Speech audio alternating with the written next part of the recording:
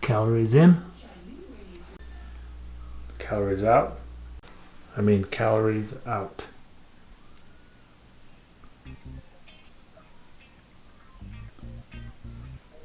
Welcome to the gym.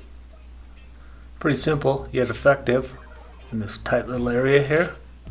I'll show you a few things I use to stay in shape. So it's a little tricky trying to make a 12 by 13 room work for a home gym. It's a little crammed up, but make the best of it and get things done.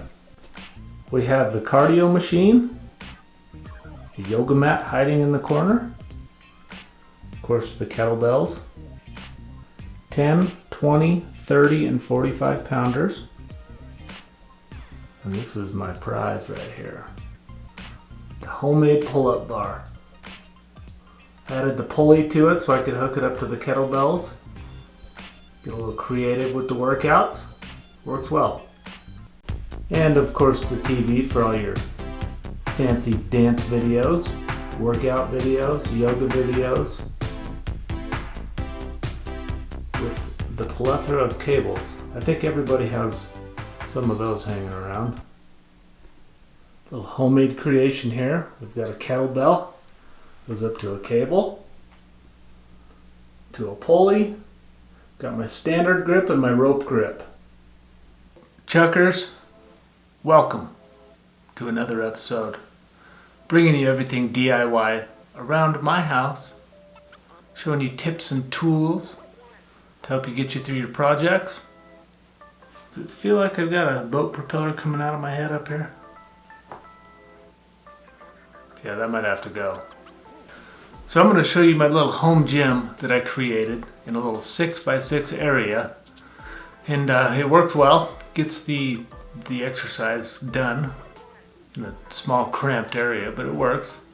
And I'm going to try to do this without pushing what's worked for me onto what should work for you. That's a kind of a tricky one there, because I get hung up on something and I think it's so good and I want to push it out to everyone else, and I'm going to try to not do that to you guys today. So yeah, let's get into this. So I've lifted weights for most of my life.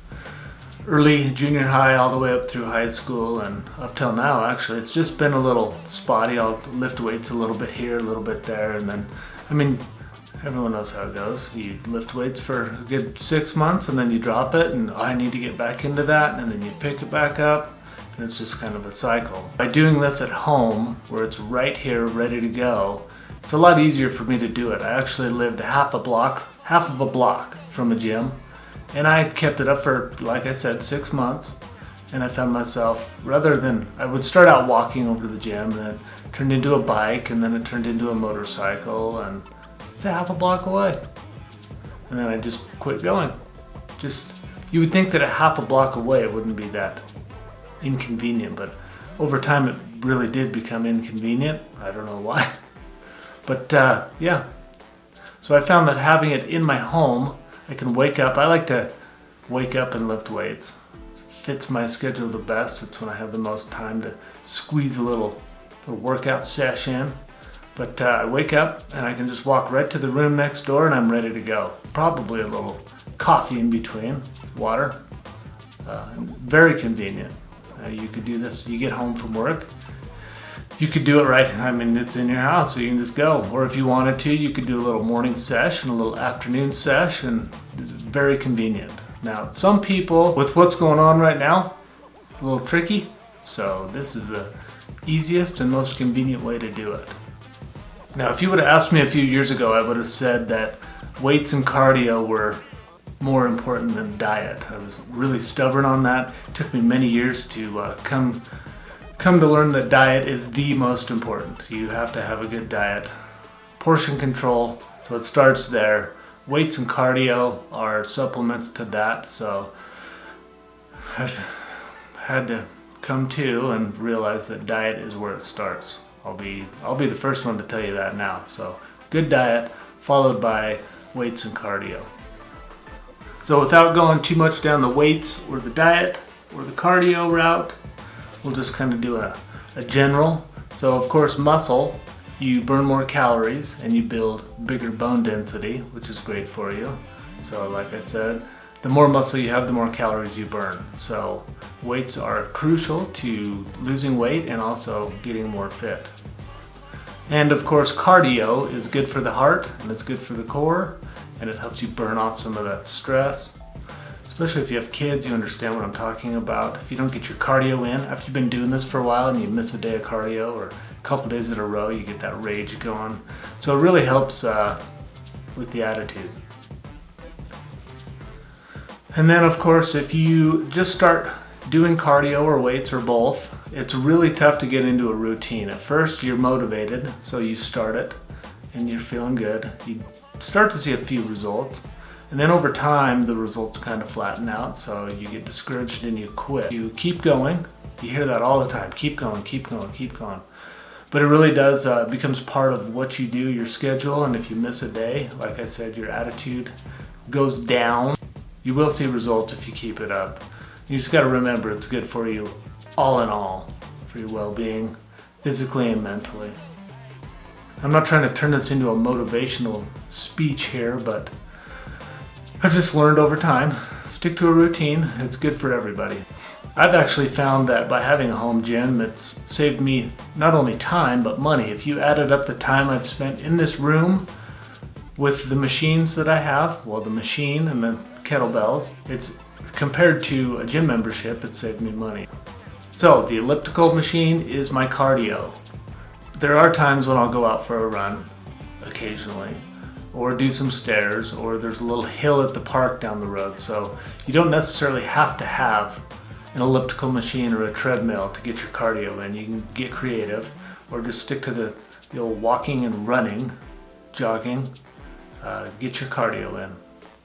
You can also scour the local classifieds ads and find a pretty good machine for a very good price. So just do some research on it, make sure it's a decent machine. So pretty simple. Elliptical machine is mostly what I use. That gets the cardio in and done. Of course, you can stick with the traditional sit-ups and pull-ups. They work very well. There's many different combinations you can use. Everyone's seen how many different types of push-ups you can do, how many different types of sit-ups you can do. So I actually incorporate those into my routine daily, and I see pretty good results from it. And then there's the pull-up bar. I created this pull-up bar. I saw some ideas online and customized it to what I could do, and it's actually the most versatile piece of equipment I have. I guess kettlebells are right there as well. Don't forget your kettlebells. But this pull-up bar, you can do many different types of pull-ups. I've hooked the pulley up to it so I can do different types of cable lifts. You just get creative with it. So this particular pull-up bar and pulley system I have, you can just do pull-down exercises. If I wanted to get a little more creative, I thought about it, I could put another pulley on the floor and run them together so I could get more workouts that way. So you just start out with the basic stuff, and over time you add to it, and eventually you have many different ways you can get exercises in. Here I'll show you the dimensions of this pull-up bar. Just remember when you're mounting it to the ceiling to always hit a stud, because the last thing you want to do is have a pull-up bar come down on top of you on your back. Use good lag bolts, common sense. And if you're in a basement, make sure that when you're hitting the studs you don't have these types of floors. I believe they're called silent floors, because it's not like a traditional 2x6 or 2x8 or whatever the flooring system is. And if you think you have a solid floor joist and you tap into one of these, pull-ups, not good. So you might have to get crafty that way. You can see in this picture right here that I found a 2x4 that they mounted, and you could use that or something similar to that to get your stability and strength from, to mount this pull-up bar too. So quick summary of what I do. I'll get up and I will lift weights before I do cardio. I've looked into that, and supposedly there's some benefits to that. I'm not pushing one direction or another. It's just worked well for me. So I'll do weights, and I'll do them quickly. So when I finish a set, I won't take a break in between. I'll jump from one to the next to the next. It seems to help with the cardio. So I'll probably do about 10 different types of exercises with the kettlebells, and I'm constantly changing it up. I'm not doing the same thing every day. Just get a little bit of variety in there. I think it's good all around.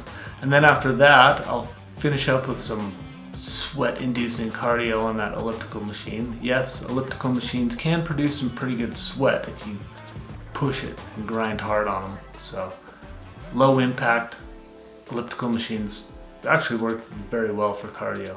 And then after that, I'll follow it up with some stretches. So like I said before, once you get into a routine, it helps with your attitude, it helps with your everyday movements that you're doing at work. It's just great for you. Take care of your meat vehicle. And you'll find that once you get into a routine and you take a day or two off in a row, and I'm not saying lift every single day or cardio every single day, I mean, we're human. But if you get in a routine and you end up breaking that routine, you'll find that your attitude changes. You crave the cardio, you crave the weights, it just becomes part of what you do. And it makes you a nicer person. So I think that was fair enough. I didn't go down one road or the other. I tried to stick to what I do, how I made my little home gym. So just over time, remember, you don't have to do this all in one shot. I started with a 10 and 20 pound kettlebell and worked my way up from there. And then I added the pulley system so I could hang the kettlebells from that, and just kind of changed it and added to it as time went on. So the biggest takeaway from all this, just move your bones. Get up and move, do something.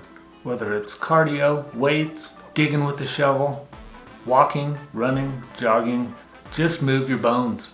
If you'd like to add any tips or creative ideas on other things you can do for a home gym, just drop them in the comments below.